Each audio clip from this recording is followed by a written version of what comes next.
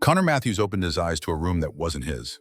Exposed wooden beams stretched overhead, and morning light filtered through wide windows overlooking rolling Colorado hills. His head pounded like a stampede, and his mouth felt like desert sand. But what made his heart stop was the heavy silver ring on his left hand, turquoise inlay gleaming against his pale skin. The memories came in fragments.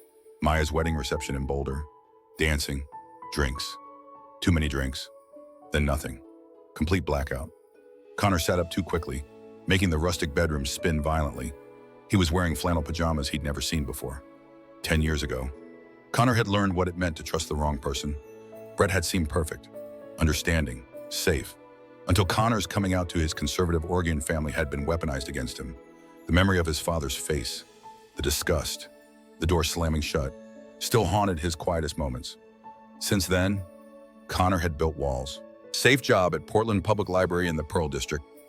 No risks, no vulnerability. A gentle knock interrupted his thoughts. An older man with kind eyes appeared in the doorway. "Good morning, Mr. Matthews. I'm Frank, the housekeeper. Mr. Sullivan asked me to check on you when you woke up. He's waiting on the front porch." "Mr. Sullivan," Connor's voice cracked. "There's been some mistake. Perhaps you should speak with Jake. He'll explain everything that happened last night." Jake Sullivan looked exactly like Connor's secret fantasies of the American West. Tall and powerfully built, with dark hair visible beneath his brown hat and sharp features that spoke of generations working this land. When Jake looked up, his dark eyes held concern and uncertainty that seemed at odds with his confident bearing. "Connor? Good. You're awake." Jake's voice was a low rumble, but there was tension underneath. "How's your head feeling this morning? How do you know my name?" Connor stayed near the doorway, ready to run.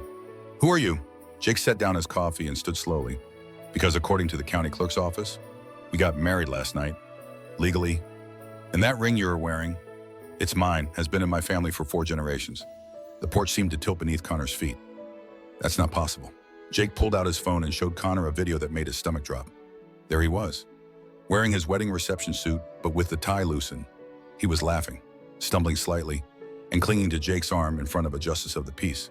The video version of himself was kissing Jake enthusiastically while someone cheered.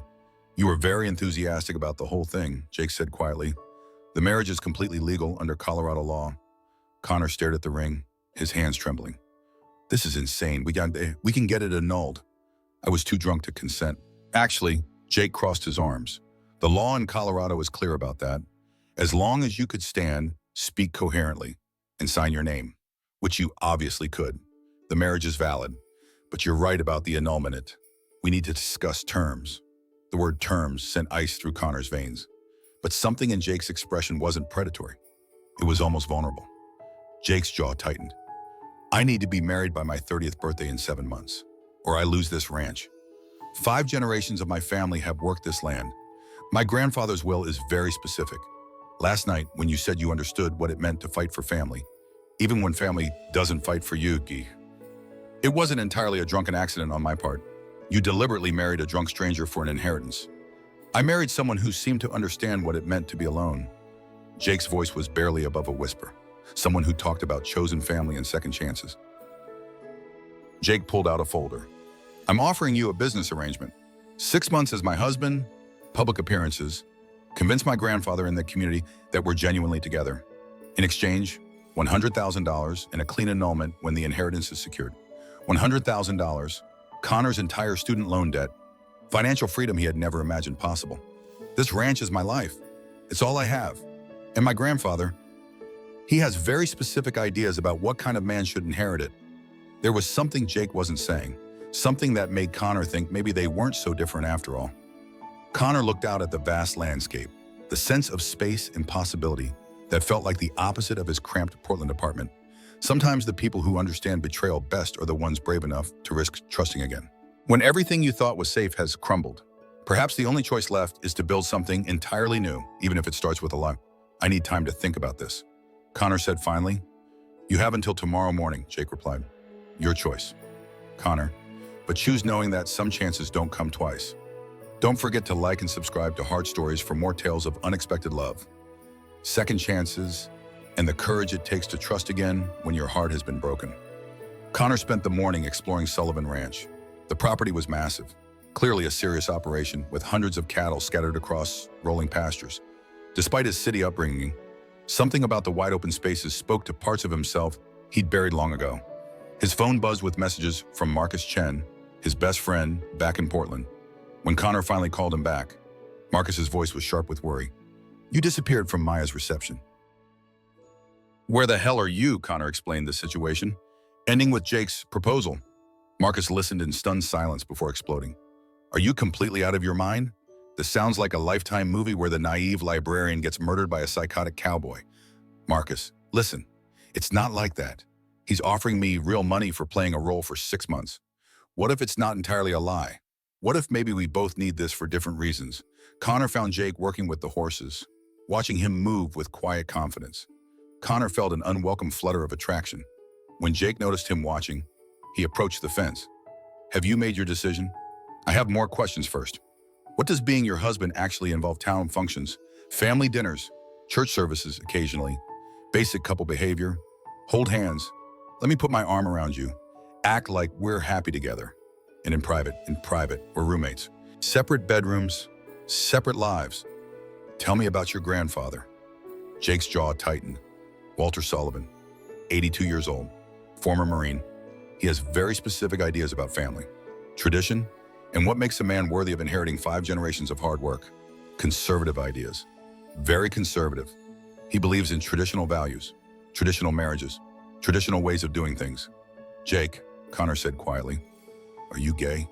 The question hung in the air like a live wire. Jake's face went white, then flushed red. "Why would you ask that? Because you're 29, obviously attractive, successful, and unmarried. Because you married a man you met 6 hours ago rather than finding a woman." Jake was quiet for so long Connor thought he might walk away. "There was one guy in college, Harrison Webb. It ended badly. He threatened to tell everyone, to ruin my family's reputation. I've kept that part of myself buried ever since." Connor felt a surge of recognition and sympathy. They were both casualties of other people's hatred. "This Harrison Webb, he's the rival rancher." Jake nodded miserably. "He owns the adjacent property. He's been asking questions about our sudden marriage. If he suspects the truth, he could destroy everything." That evening, they sat across from each other while Frank served dinner. "If I agree to this," Connor said carefully, "I need certain guarantees. After 6 months, you file the annulment immediately and cover all legal costs." Jake nodded quickly. "Agreed. There's something else. My ex-boyfriend outed me to my family in Oregon when I tried to break up with him. They disowned me completely. I know what it's like to have people you love turn against you because of who you are." Jake's expression softened with understanding. The conservative evangelical type. "My coming out was treated like a personal attack on their faith. I haven't spoken to them in 10 years. They sat in comfortable silence, 2 wounded people recognizing each other's scars.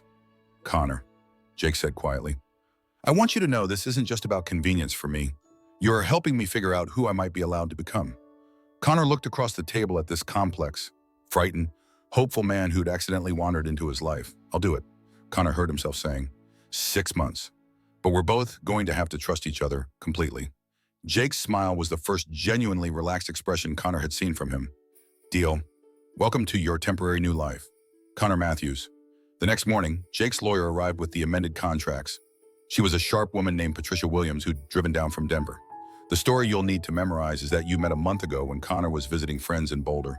Love at first sight, whirlwind romance, impulsive wedding that felt right. Our first public test is this Sunday," Jake added. "Church service followed by community lunch. Everyone will want to meet my mysterious new husband." Connor nodded, feeling the weight of performance settling on his shoulders. He'd spent years hiding parts of himself. Now he'd be hiding different parts for different reasons. Sometimes the greatest acts of courage look like strategic retreats.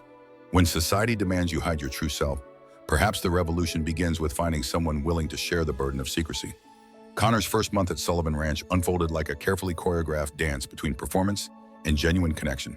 Sunday church services in Cedar Falls became an exercise in controlled intimacy. Jake's hand finding his during hymns, the weight of the congregation's curious attention pressing down on them. The community itself was a revelation. Cedar Falls harbored surprising diversity. Connor met progressive ranchers who traveled the world, conservative families who welcomed him with genuine warmth, and everything in between. Walter Sullivan remained the biggest challenge. Jake's grandfather was a weathered Marine veteran whose idea of conversation involved testing whether Connor understood the value of hard work. "You're soft," Walter said one afternoon, watching Connor struggle with a fence post. "City soft. This life will eat you alive if you don't toughen up. Connor wiped sweat from his forehead and met Walter's steely gaze.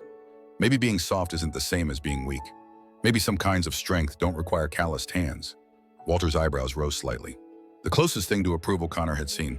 Jake taught him to ride, patient and encouraging. More dangerous was how natural their practiced intimacy began to feel. Jake would casually drape an arm around Connor's shoulders during town gatherings, and Connor's body would respond with warmth that had nothing to do with performance. Late evenings were the most revealing times. After Walter retired, Connor and Jake would sit on the front porch, increasingly just talking. Jake spoke about the weight of carrying 5 generations of family legacy, the pressure of being the last Sullivan son. Connor shared stories about Portland, his work at the library. He talked about Marcus and David, the happy couple who'd shown him what functional gay relationships could look like. "I've never had that," Jake admitted one night, "a relationship I didn't have to hide." "What about Harrison Webb?"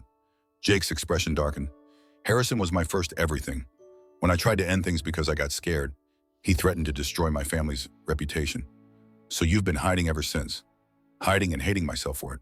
Every day wondering if I'm a coward for not being brave enough to live openly?" Connor understood that particular torture intimately. Their breakthrough moment came during a storm. Lightning had spooked the horses, and they'd spent hours securing the animals. Soaked and exhausted, they'd stumbled into the house near midnight. In the kitchen, Jake had reached for Connor's face to check a scratch from a fence wire. Their eyes met, and something shifted. The kiss that followed was nothing like their careful public displays. It was desperate, hungry, real. "We can't," Jake whispered, but his hands were still tangled in Connor's wet hair. "Why not? We're already married. We're already living together. We're already protecting each other's secrets.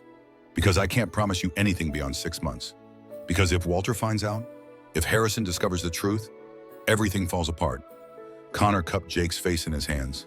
Maybe 6 months of real is better than a lifetime of hiding. That night, Connor moved his belongings to Jake's bedroom. They made love with a tenderness that surprised them both. Afterward, lying tangled together, Connor understood they'd crossed a line they couldn't uncross. The next morning brought their first real test. Walter appeared in the kitchen earlier than usual, taking in Jake's relaxed posture, Connor's obvious comfort. "You two look different," Walter observed. "Settled? Like you've stopped performing and started living?" "Maybe we have," Jake replied steadily. "Maybe we figured out that being married means more than just wearing rings." Walter studied them for a long moment. "Good. This ranch needs people who understand commitment." Over the following weeks, their relationship deepened with surprising speed. Connor began to understand the rhythms of ranch life. Jake introduced him to the business aspects, treating his questions with respect. But Harrison Webb remained a constant threat, appearing at town functions with calculating eyes and pointed questions about their sudden romance. 3 months into their arrangement, Connor realized he'd stopped thinking about the end date. He was falling in love not just with Jake, but with the possibility of being someone brave enough to fight for happiness instead of just safety. The most profound transformations happen when we discover parts of ourselves we never knew existed. Sometimes the love feels like becoming someone you never dared to be. By Connor's 4th month at Sullivan Ranch, the careful boundaries had dissolved completely. Connor found himself thinking in terms of forever, planning improvements to the ranch, imagining seasons cycling through years of shared life. The illusion of security shattered when Harrison Webb arrived unannounced with a private investigator. Connor was in the barn when Frank appeared, looking troubled. "Mr. Sullivan, you have visitors." Harrison Webb and someone claiming to be conducting interviews about local businesses? Jake went rigid, his face draining of color. Connor felt ice settle in his stomach as they walked toward the house, seeing Harrison's familiar figure alongside a sharp-dressed woman with a recording device. Harrison Webb was mid-30s, conventionally handsome in an aggressive way, wearing expensive clothes. His smile was predatory. "Jake, good to see you," Harrison said with false warmth. "I brought Sandra Mills. She's writing an article about successful local marriages. Thought your whirlwind romance would make a perfect feature story." The investigator's questions were professionally invasive. Where had Connor and Jake met exactly? What mutual friends had introduced them? Could they provide contact information for people who'd witnessed their courtship? Jake's performance was stiff with terror. Connor found himself carrying most of the conversation, drawing on his librarian's research skills to weave consistent details into their cover story. But he could see Harrison's growing satisfaction. After they left, Jake collapsed onto the porch steps, his head in his hands. "This is it," he said hollowly. "Harrison knows. I don't know how, but he knows. And now he's building a case to prove our marriage is fraudulent." "What happens if he succeeds?" Jake's laugh was bitter. The will gets contested. The ranch gets tied up in legal proceedings for years, and Walter loses everything. Harrison gets what he's always wanted. And us. There is no us after this. Connor, if our marriage gets exposed as fake, if Walter finds out I've been lying to him about everything, including who I am, I lose him too. So what are you saying? I'm saying we need to go back to the original plan. Maintain the facade until the inheritance is settled, then walk away clean. No more real relationship. Just business until this is over. Connor stared at the man he'd fallen in love with, seeing the walls going back up. Jake, we could fight this. We could tell Walter the truth. Are you insane? Walter will never accept that I'm gay. Never. The marriage was fake. Connor, everything about us is built on deception. Not everything, what we feel for each other. That's real. Feelings don't matter if they destroyed everything else. The words hit Connor like a physical blow, bringing back every painful lesson about love being conditional, about truth being dangerous. Over the following weeks, Jake withdrew completely. He moved back into his old bedroom, resumed treating Connor like a polite house guest, performed their public relationship with mechanical precision while maintaining devastating emotional distance in private. Walter noticed the change immediately. The easy warmth disappeared, replaced by stiff courtesy that characterized failing marriages. Connor caught Walter watching them with sharp, concerned eyes during family dinners. The breaking point came during a community barbecue where Harrison appeared with renewed confidence, making pointed comments about how quickly modern relationships developed and how traditional values seemed to be disappearing. Connor watched Jake shrink under the pressure, saw him choose safety over truth. That night, Connor made his decision. I can't do this anymore. He told Jake after Walter had gone to bed, I can't pretend to love you in public while you treat me like a stranger in private. Jake's face was a mask of careful control. The arrangement was always temporary. This isn't about the arrangement anymore. This is about you choosing the ranch over us, choosing your grandfather's approval over your own happiness. My grandfather is family.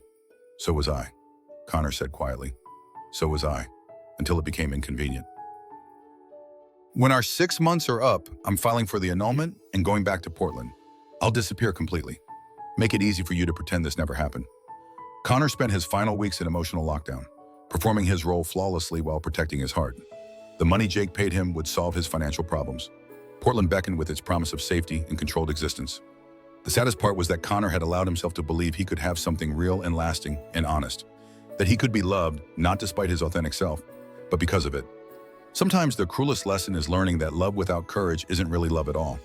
When fear becomes more powerful than connection, even the strongest feelings become just another kind of performance. 3 months after returning to Portland, Connor had rebuilt his careful, controlled existence with ruthless efficiency. His Pearl District apartment felt smaller, his job at Portland Public Library more routine. The $100,000 from Jake sat untouched in his savings account. Marcus and David watched him with worried eyes during their weekly dinners, recognizing someone going through the motions of living without actually engaging with life. You're grieving, David observed one evening.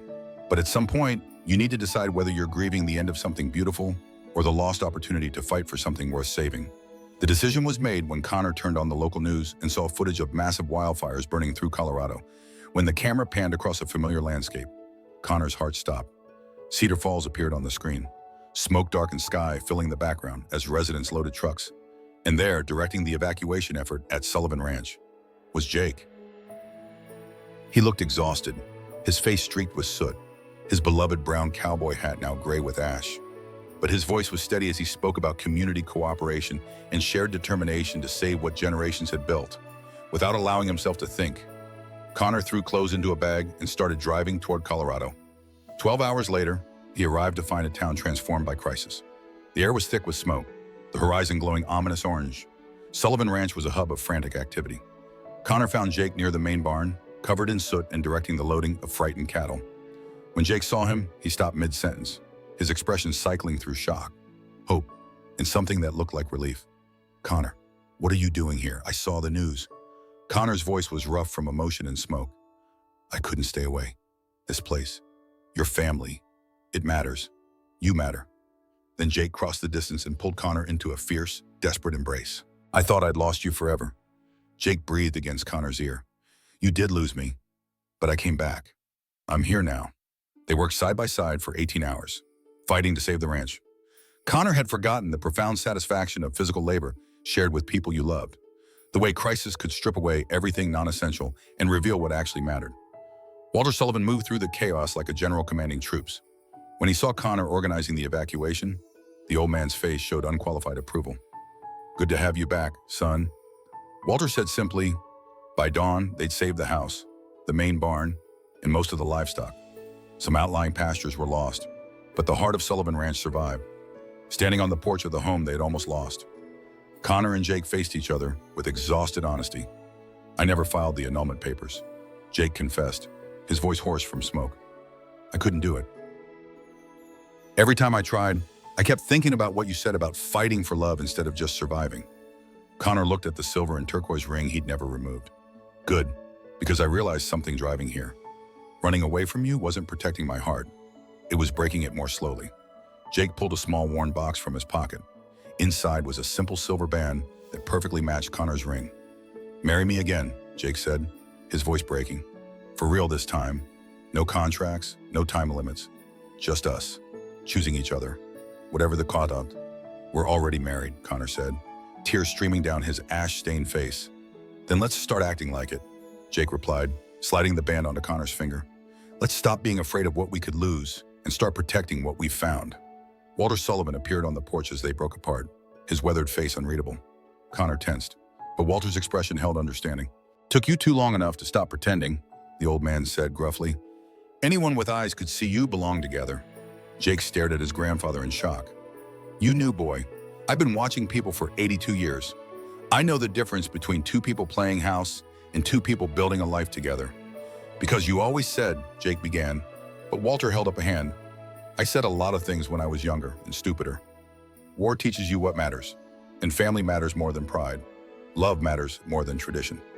3 years later, Connor stood in the same spot on the porch, watching their adopted son Tyler chase chickens while Jake finished evening chores.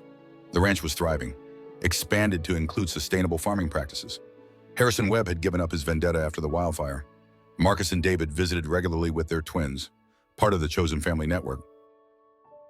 Connor worked part-time at the Cedar Falls Library and had started a literacy program for ranch workers' children. "Remember when you woke up here with the worst hangover of your life?" Jake murmured against Connor's temple. Vaguely, Connor teased, something about a cowboy, a contract, and a ridiculous amount of money. "Best drunk decision you ever made?" "No. The best decision I ever made was driving back here when everything was burning. Some things are worth walking through fire to save. Sometimes the greatest love stories begin with lies that become truth, with strangers who become family, with fear that transforms into courage that builds something beautiful from the ashes of what came before." Have you ever had to choose between safety and love, between protecting yourself and fighting for someone worth the risk? What would you be willing to walk through fire to save if Connor and Jake's story moved something in your heart? Don't forget to like, share, and subscribe to Heart Stories for more tales of love that conquers fear, families that choose each other, and the courage it takes to build something real when everything else is falling apart.